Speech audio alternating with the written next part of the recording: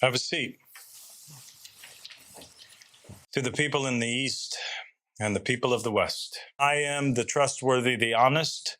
I come to you wearing this black jacket and hat of mine. Mehdi wearing jeans? Seriously? Yes, seriously. Is not the beanie the best hat, the most normal looking hats that are on the screen right now? Look at the Pope's hat.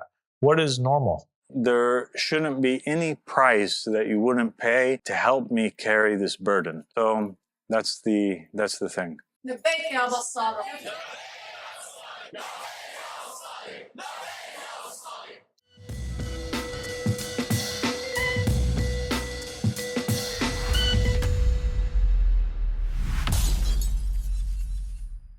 Hi guys, today I want to talk about the Mehdi. Someone left me a comment about this. I'll see if I can find it. I remember reading the comment and then opening up a page in Google, typing it in and being like, whoa, I'm going to make a video about this. And here we are.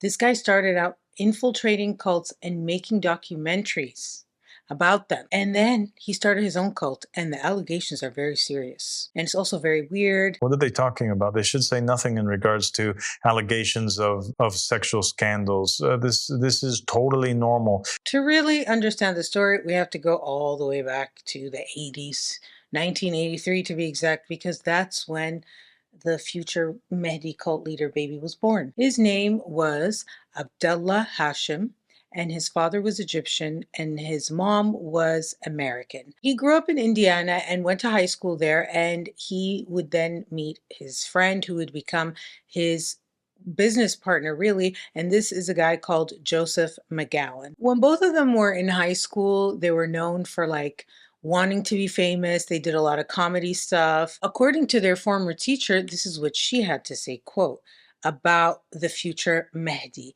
He was very funny and charismatic, a natural born leader. People followed him. His creative ability at the time stuck out to me. Everyone knew him, and he would always stand up for the underdog. She said she even had a memory where he defended a girl with special needs because she was being made fun of by another student. And she said that he was a prankster, very smart, despite middling grades. Quote, if you had called and told me he was the head of a big film company, I would have believed that. But Hashim being a cult leader surprises me. Anything can happen in 20 years, I guess, but there's no connection between the Abdullah I knew and this person you're talking about. The assistant principal, when he was at school, said that he's one that will go out of his way to pester or pass a project on to someone else. Damn. Now it's 2001. They both graduate from high school, and they start their careers as filmmakers. They both actually produced the senior graduating classes video that they did. Everyone was like, okay, they're going to be filmmakers. It's going to be amazing. And it was for a while. This is how it all went down. So it's 2005. They're both in college studying filmmaking, and they decide to infiltrate their first cult. And you may have heard of this cult. They're called Realism or Rael. They're a French UFO cult that was going around in the 70s. I think that's when it started. So they make the documentary. It's called Little Claudie, because the cult leader's name is Claude or Claudie. And the way that they infiltrated is they were like, we're just students working on a project. Can we please film to understand what's going on?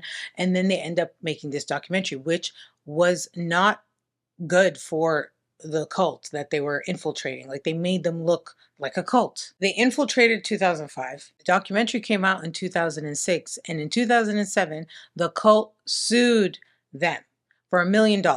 According to the Realism cult, they said that they signed an agreement with these students saying that they could only use the footage with their permission, which they did not. They also said that the two filmmakers, quote, blackmailed them by demanding Rael step down, admit his lies, return all the donations, or they would release the film. The thing is, the lawsuit actually helped promote the movie because it created all this buzz, and they were like, okay, what's the next cult we're going to infiltrate? And they decided to go to Vegas and infiltrate a Black Israelite UFO cult. Let me tell you what happened here, because there's like video footage of this shit and it's actually wild. The leader of the Black Israelite cult called himself Master Salvation Teacher, which honestly, I'm sorry, that is the best like cult leader title I've ever heard. And I've done a lot, but Master Salvation Teacher, there's just, it's got a little something, bazinga, a little zuzu, a little ba ba ba. Also,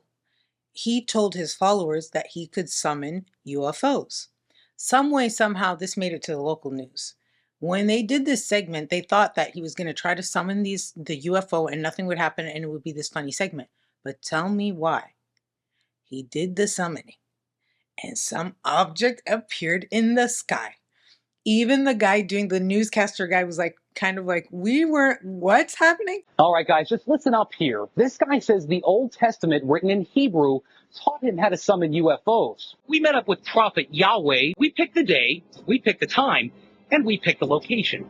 Everyone's going to think you're absolutely nuts. Well, I thought I was absolutely nuts. Until he says he saw UFOs. Over the years, 1,500 of them. If we make it 1,501 today, what do you think? I'll try it. He says the voice in his head told him to go public now. When the prophet started praying for a sighting, I wasn't exactly convinced. I pray, oh Yahweh, that you send a sighting so that they know that I am not mentally ill. I am not a false prophet, like those who seek to kill me say I am. This video is sponsored by June's Journey. I love when they sponsor me because June Parker is so much fun.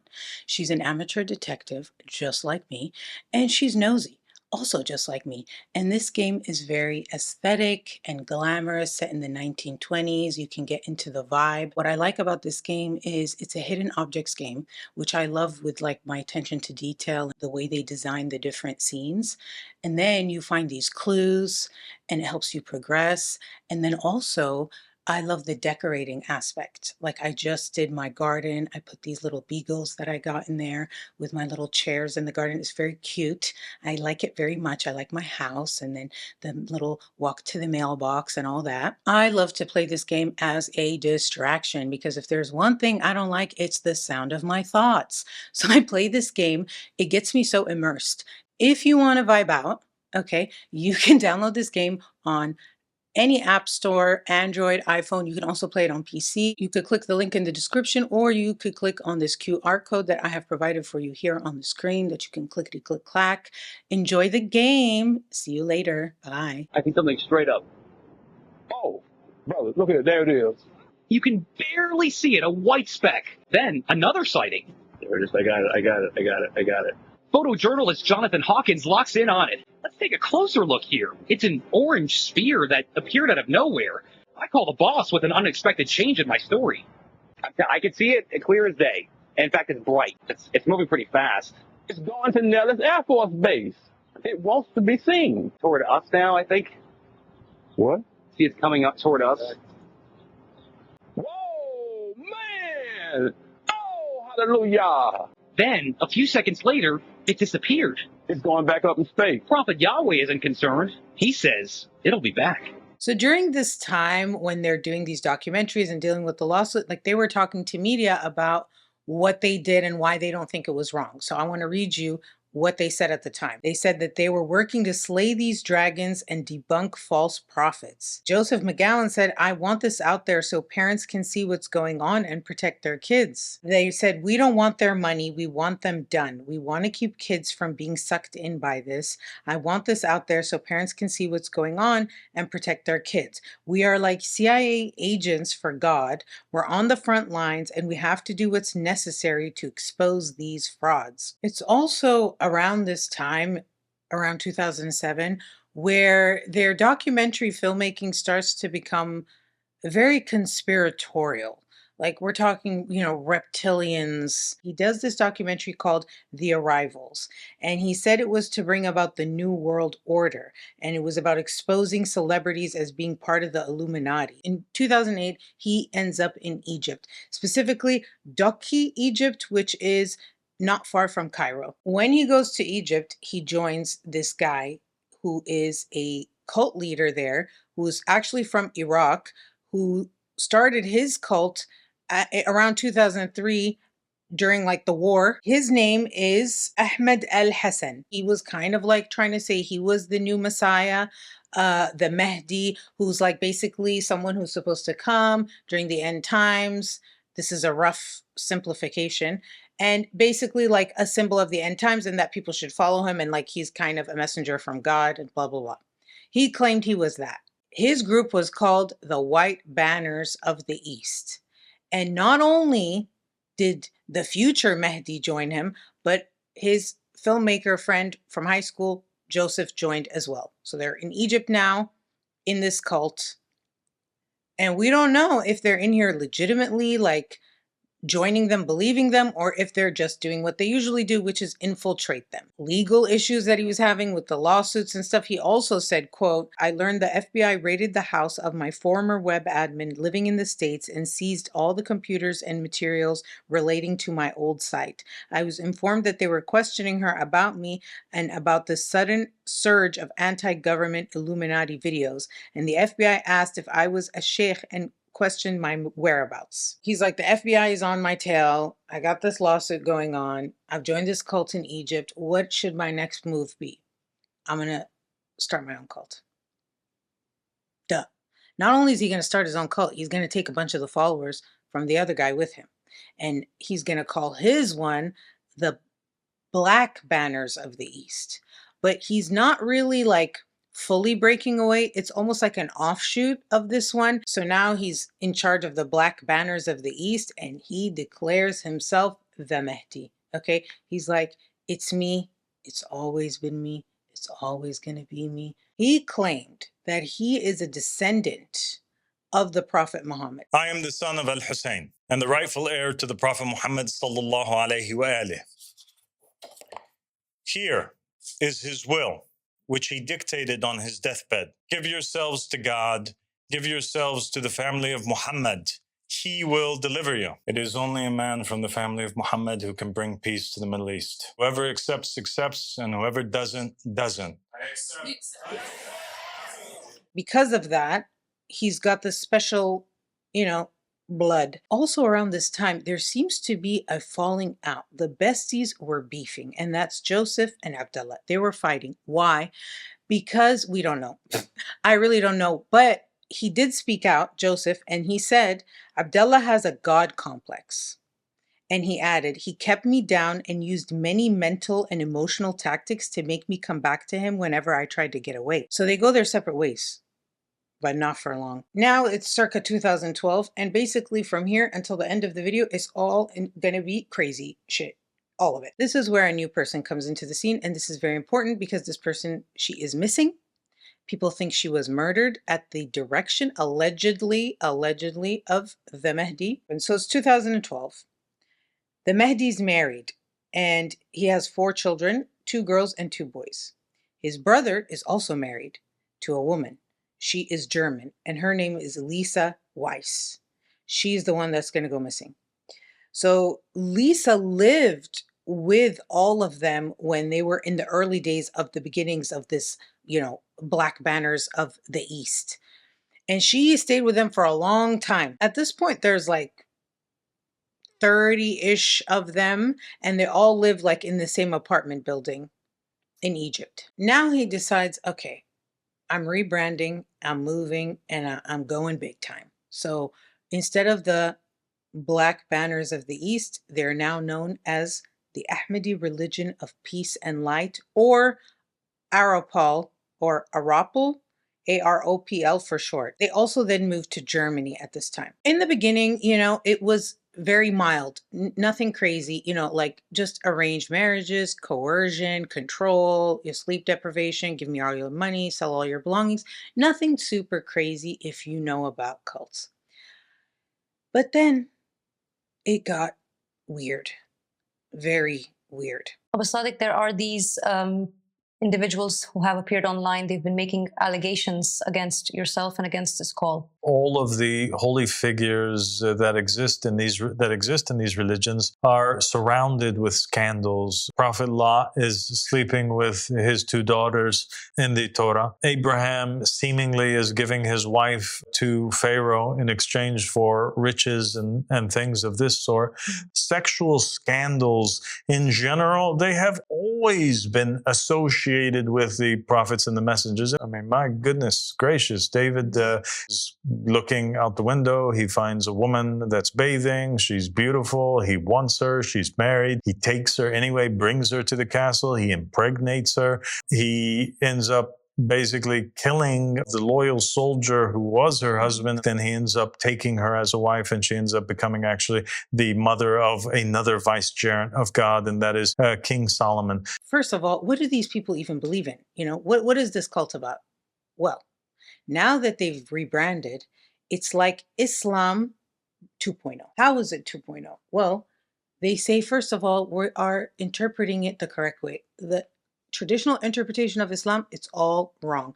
So LGBTQ, they're cool with that. I think that LGBTQ people have been oppressed, and I think that it is horrible. It's something which is absolutely deplorable and disgusting, and it makes me sick to my stomach. This young man from New York has a TikTok account. He's doing these motions, and he's writing on there things that basically he's openly gay. This individual had reached out, and he asked the outreach team, what is our stance on homosexuality? After you clarified our stance to him, he ends up pledging allegiance immediately to the call. He comes from no Muslim background. Like we actively want them to come. And I hope that this is one of those things that we become known for. You don't have to cover your hair. You can drink. Sex is all good before marriage, after marriage, during marriage, with your person you're married to, without the whatever. As long as he tells you do something sex related, it's okay. It's not a problem. It's halal. Everything seemed fine until it got culty, because it started with him doing these extreme loyalty tests. And it starts with just a blood oath that you have to put your blood in this communal, what do they call it? Covenant of the Ark is what he called it. And it's just like this vessel where everyone mixes all their blood together when they take their oath. It's like your initiation into the group. Then you have to do an extreme loyalty test where it could be performing gay sex as a straight man in front of the entire group to prove your loyalty and devotion to the Mahdi. It could be a married couple that both have to do sexual things with the Mahdi in front of everyone. This is alleged by former members. Allegedly. So this person goes by Mylan, which is an alias, and it says he lived with Hashim and his community in Germany for 4 years. According to him, Hashim required a married woman to perform oral sex on him to be forgiven for sexual thoughts he said she had about other members.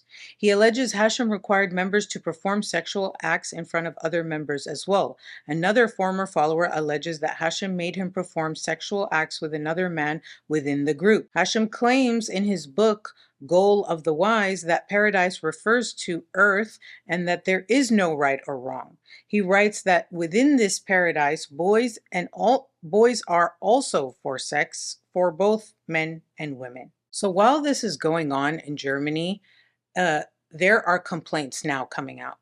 Men are leaving the group and they're like, what the hell happened? They're going to police and they're filing a complaint. There's another former member named Frank who has a blog where he talks all about the things that he experienced, and what he has to say is pretty messed up.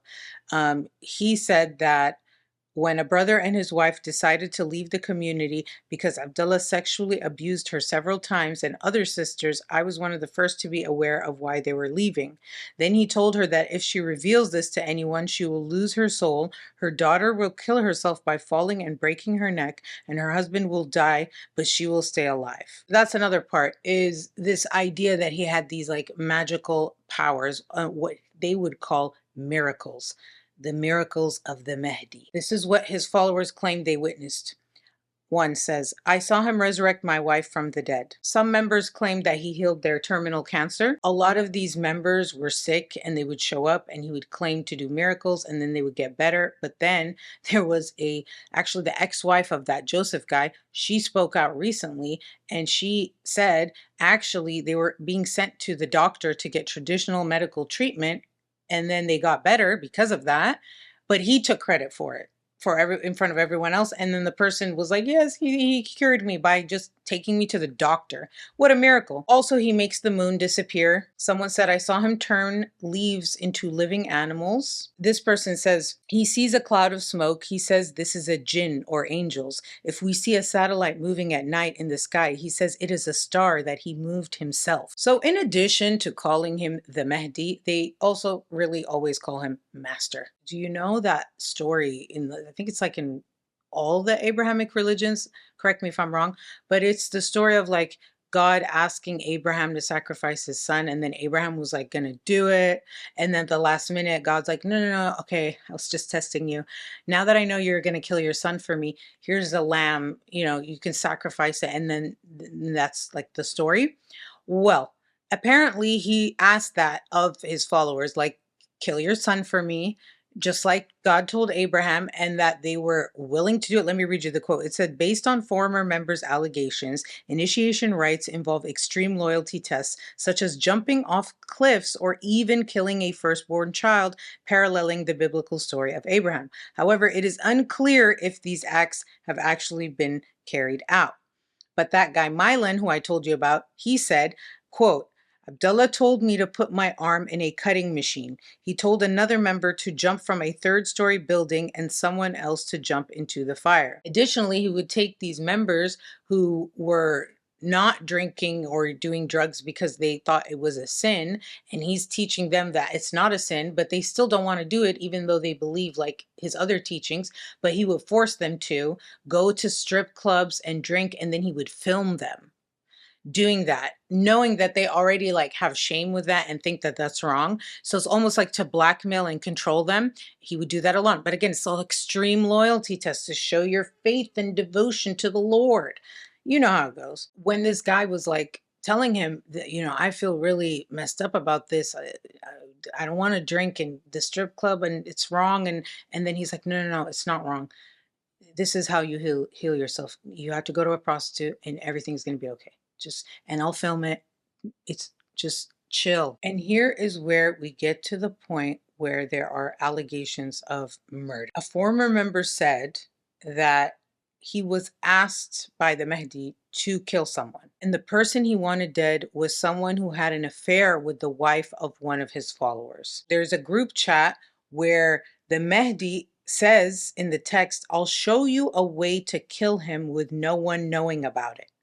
And then they refused apparently. And then he said to them, you have no faith. The same person adds, quote, he sent his believers in Turkey to use knives, to kill an Iraqi guy who had left and was making videos exposing Hashim. In a screenshot of the group chat, Hashim tells the husband, or you will kill her, referring to the man's own wife, who that guy had an affair with.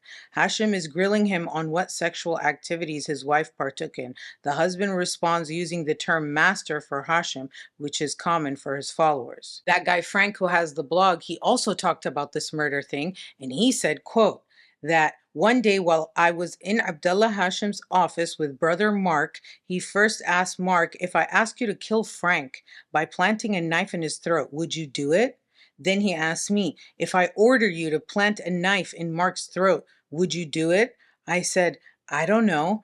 So he replied, this is not a good answer. There's something about this that almost makes me wonder if this is just like the craziest social experiment ever, because it's like he learned all the things about a cult and then he did them to the extreme. So like, for example, the sexual stuff, he would basically reinterpret things that were in the holy books that people who followed him, believed in, because it wasn't just former Muslims that joined him, although that was a big chunk of people, but it was also other religions like former Christians or whatever. He would like re-explain things and stories that were in the books of these Abrahamic religions, but in a totally kinky sexual way. Like, for example, he claimed that the original Eucharist involved Jesus performing graphic sexual acts with his disciples. He claimed that Adam's expulsion from Eden was because of an erotic cause, a hidden erotic cause. He also encouraged the use of psychedelics and things like that so that they could visualize angels and demons and connect with the different things. Shit is weird, and it's about to get weirder because now we get into the conspiracy theory element. He wrote this book, which is basically like his holy book, and it's called The Goal of the Wise.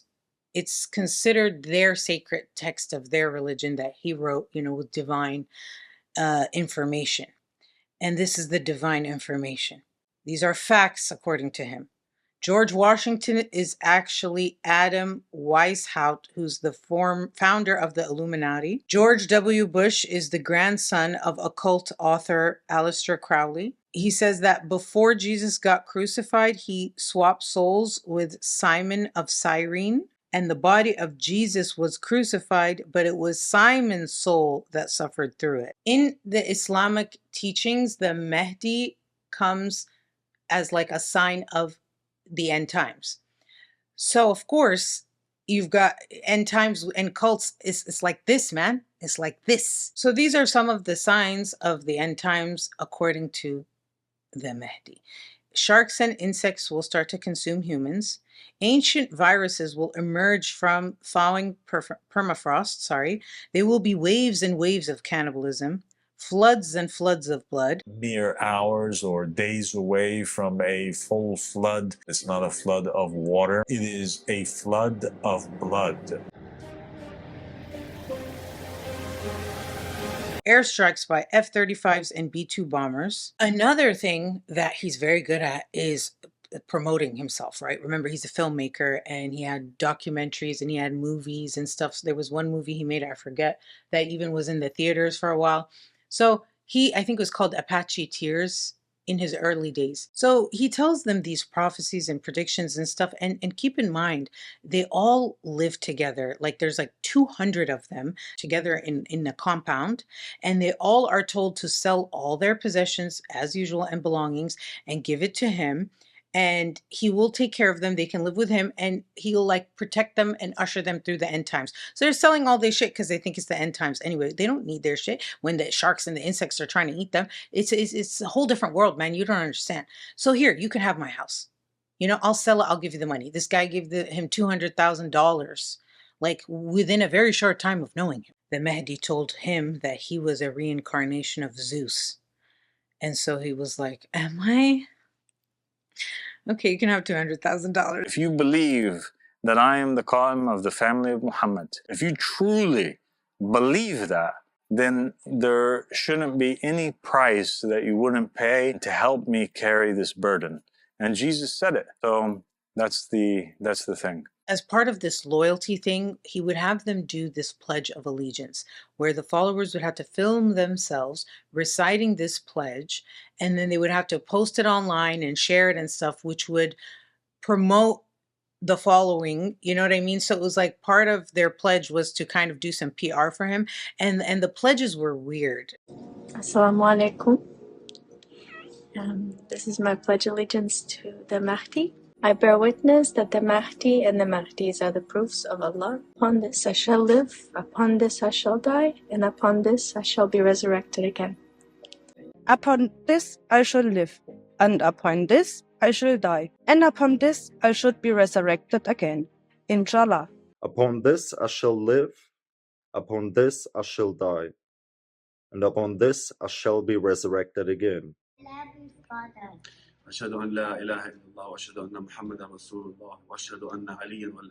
Another aspect of his teachings is a lot about aliens. One of them is that there are human-sized rabbits that live on other planets that keep humans as pets. So this is what he said, quote, this is a quote from the Mahdi himself. He said, "There is an intelligent species on that planet, but they resemble rabbits on our planet. Rabbits that wear clothes, speak, have a language, have a culture, have a civilization, have homes, have jobs, and their pets are the humans. He also believes that there are aliens on planet Earth that are having babies with humans, and that there's like a whole group of half human, half alien people that are going around. And that a lot of the unsolved murders and like missing persons cases are committed by these alien baby hybrids. I mean, alien human hybrids. Now it's 2015, and remember the OG cult leader that he joined in Egypt, who he broke off from? Okay, this cult leader now formally disassociates himself with the Mahdi. This was in 2015. They issued a quote declaration of disassociation where they said that they denounced the quote imposters, liars, and hypocrites, including Abdullah Hashim, etc., and their group, the Black Banners. Remember how I told you that there was a falling out between the besties and how they were not talking for a while, and he said he had a God complex and all of that? Well, at some point, they got back together because now that we're in like the mid 2010s and to the current time, Joseph McGowan is still a part of the group, and he's actually the bishop in America. It's going to be a matter of time, probably a very short time. Abu Sadiq's words are going to be proven true in front of the entire world. People are going to remember Abu Sadiq. They're going to say, man, you remember that speech he gave 4 or 5 years ago. I'm telling you, these people are come rushing with full faith, believing in him in that time. Because the Mahdi is based in Europe. You'll see he's in Germany at this point, but he's going to end up going to Sweden. And now currently he's in the UK. And actually, they said he just not too long ago bought property in Nevada and is planning to move in Nevada. And his religion is a 501, like charitable tax exempt organization that's registered in Nevada.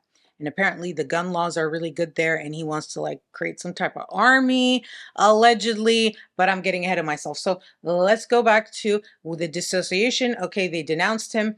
Now he is, remember, in Germany, and this is when some shit's about to go down. Remember how I told you that there was a missing person, that they thought there was a murder, the German Lisa, who was married to the Mehdi's brother?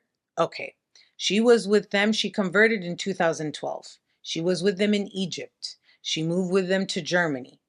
Now it's 2019, and Lisa's not happy. She's getting disillusioned. She wants to leave. There are all these things going on sexually and allegations and complaints, and she's not happy. Well, the Mahdi apparently, allegedly, was like, oh, if she leaves and speaks out, like, this is going to be a problem. We need to get rid of this problem. This is March 2019. Okay. Lisa and this close disciple of the Mahdi go to India. That guy comes back from India. Lisa never came back from India. She's still missing. Nobody knows where she is. Not only did this guy come back without her, but he then fled Germany right after. Lisa is still missing, by the way, and her family says she never would have left and like stopped talking to them. She would have at least tried to like keep in touch, or at least let them know where she is, and they don't know, and it doesn't look good. In any case, they pretended like nothing happened, and not only that, but they were making so much money. And the Mahdi, not only does he take his followers' stuff and money and property and all that, but he has them work for free. He had 3 restaurants in Germany, a bar, and an antique store. And his cult members, they worked 17 hours a day for $200 a month. You do the math on that. They say that they would go to bed at 3 a.m. and then have to wake up at 7 a.m. to go back to work. Why did I say work like that? Former members say the Mahdi was very greedy. And then if they had like a slow week at the restaurant or something, he would get so angry. He was very like lustful for everything, like sex, like money, like power, control. It's just never enough. The cult followers were living very simply and everything was very basic. Meanwhile, the Mahdi, their master, he's got fancy cars, living lavish, sleeping with all the women, doing God knows what with God knows who. At this point in this compound that they have in Germany, there are 250 members all living together. For the sake of the timeline, in Germany, they are doing really well, making a lot of money. This issue happens with Lisa. She goes to India, never comes back. And this was around 2019. And also around this time is when they start having more legal issues in Germany because of all these complaints. And the family is like, where is she? And so they decide, we have to move, we have to leave. And they go to Sweden. In Sweden, the Mahdi says, I'm creating a utopia, and it's going to be called the Divine Just State. Really, what they were doing was just partying. Okay, in this compound with all these people, they were doing LSD, DMT, and hash. The authorities started to hear about it and they ended up getting raided. All of these raids and stuff started getting attention, and Vice News actually contacted the group and they got an official statement from them. And this is what they said. They said the Ahmadi religion of peace and light is a peaceful and progressive religion based on Shia Islam, but which believes in equality between men and women and supports human rights for all. Really? It is transparent and open and treats its members fairly, as thousands can attest. It is opposed by fundamentalist movements and Islamic governments and is recognized as a persecuted religion by European and U.S. governments, the United Nations, and Amnesty International. It operates entirely lawfully and for the benefit of its members and its mission.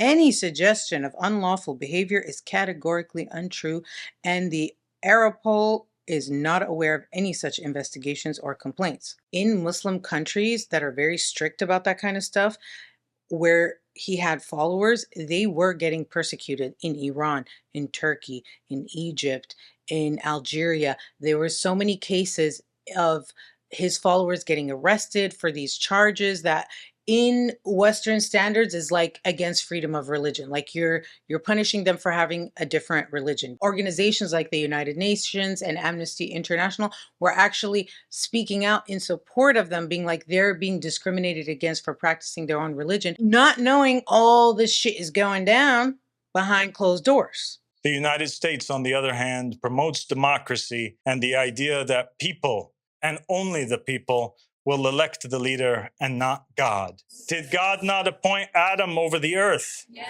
The United States allows the worship of every foreign god. The United States of America, the great iron beast that tramples on the nations. You are the Antichrist. Your country is the Antichrist. So they're now getting legitimacy from these organizations, but in the places where they are, even the local community and authorities are like, you guys are breaking the law. Former members are filing complaints. A bunch of shit's going to change because they get kicked out of Sweden. And this is why, according to the police captain, his name is Per Lundback, and he said, quote, "We received a legal aid request from German police who wanted help interrogating some of those who lived there, and it concerned a murder in India." He said they also had received several reports about suspected crimes, saying that the group was setting up fraudulent businesses to employ their members. So they get kicked out of Sweden, and where do they go? To the UK. That's where they are now. They end up purchasing a former orphanage in Crewe, England, which is 35 miles away from Manchester. They buy it for like $1 to $2 million. And the thing is, this little town and this orphanage, it's like a historic orphanage, and there's this fence that is very old, and just like all the other fences, they're like 100-year-old fence.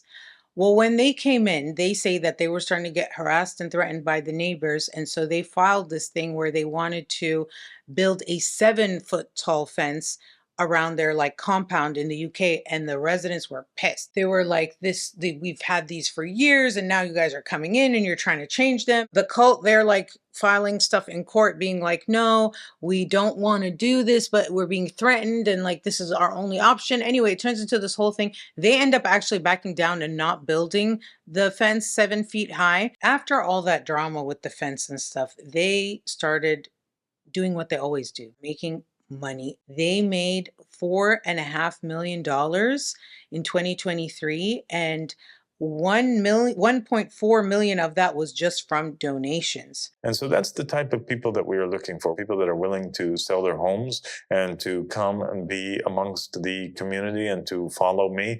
We're looking for people that are not going to waver or want to leave once they've come, and have a love and a willingness to sacrifice it all to establish a divine just state. They had like 2 satellite TV stations with 48 social media channels, and they had YouTube channels in 5 languages.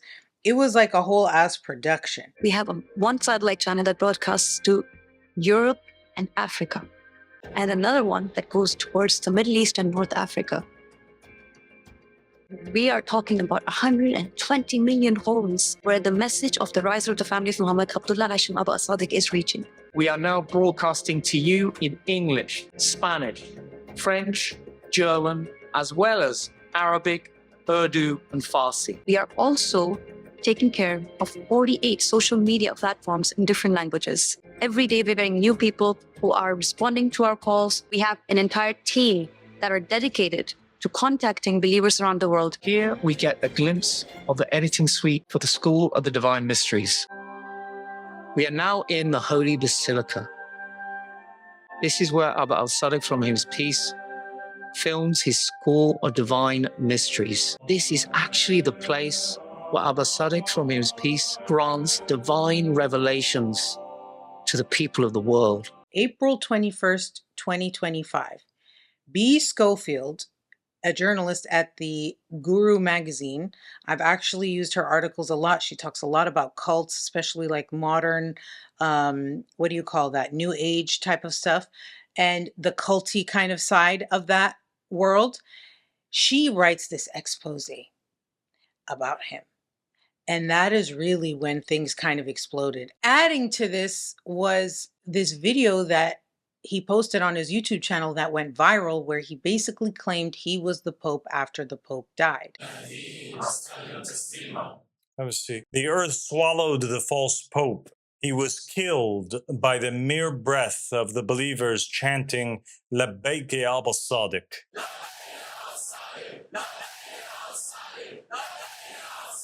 I am Abdullah, the successor of Imam al-Mahdi alayhi salam, the successor of the Comforter Ahmed, the successor of Simon Peter, the successor of Muhammad, the successor of Jesus Christ. I am the true and legitimate Pope. I am the proof upon the Christians. I am the son of the Muslims through my father, and the son of the Christians and the Jews through my mother. I am the son of the East through my father, and the son of the West through my mother. Now, O Christians in the East and the West, hear me and obey. The church is corrupt and no longer upholds the law of God. The papacy has been stolen and the rightful heir has been pushed aside. There is no one else but me that you are obliged to obey. May God be a witness that I have proclaimed. I am Abdullah, the righteous servant of God. And I found this one video where his followers are like interviewing him, asking him about this post that Trump made after the Pope died, where he was also dressed like the Pope. And they were saying that like Trump was trolling the Mahdi. This morning, what do we see? We see that Trump actually posted on his official Truth Social site an AI image of him as Pope. And quite frankly, we just believe that he's trolling you at this point. I would like to take this opportunity to address the Emperor of the United States of America, Emperor Trump. I would like to invite him towards the Ahmadi religion of peace and light. He won't have an opportunity to be Pope, unfortunately, because I already claimed that. And so the person who claims it first is the true claimant, and the person who claims afterwards is a false claimant. He cannot be the true Pope. I'm the true Pope. That's done. It's over. It's non-negotiable. That's very merciful and a very generous offer and an opportunity that I hope that he will take. Thank you so much for sitting with us. God bless you guys. And that is the current situation right now. The YouTube channel is going, the TikTok is going. They're in the UK. They have plans to move to Nevada. As I said, the latest thing is there was a quote saying, we will have our own police, laws, and guns. We will be like an Osho type of community. What is the end game here. There's a part of me, and this is my conspiracy theory, okay? There's a part of me that wonders if this started originally as like a social experiment, right? Because their whole thing is exposing cults, him and Joseph, right? What if they're like, okay, let's really show how to expose cults by making a cult, showing how it's done, all the inner workings, and like how dangerously easy it is to start a cult. But then remember, right? Because he joined him and stuff, and then they had this falling out. And he's like, he has a God complex. Could that have been the time where it stopped being a social experiment? And then like the Mahdi got drunk with power and was like, I don't want to end this experiment anymore. Like, I want this to be real life. I don't want this to end. And then his like, coworker and friend and all this from high school is like, dude, no, like that's not the thing. And then left. But now he's the bishop. Now he's in it. So does power corrupt? Like, did they have bad intentions from the beginning? Like, when did it change? When did they go from we want to warn the parents and all of this to this? Because this is scary for me. Because when you study this and you're against it and you learn all the ways it can work, like you know everything about it. It's like if I started a cult. Like, which people always make that joke, but seriously, it's like when you're all about, all the inner workings, like it's like he used all that knowledge and did the thing he's supposed to expose. It's wild. But anyway, top of the morning to you. Let me know if you guys think this is real social experiment. Like, what do you think about this? Thank you to June's Journey for supporting my channel and sponsoring this video. Don't forget to click the link in the description and check out the game. In any case, thank you guys so much for watching, and I will see you guys in my next one. Maybe I'll have like a little group that I would like you guys to join and donate to next time. I don't know. We'll see.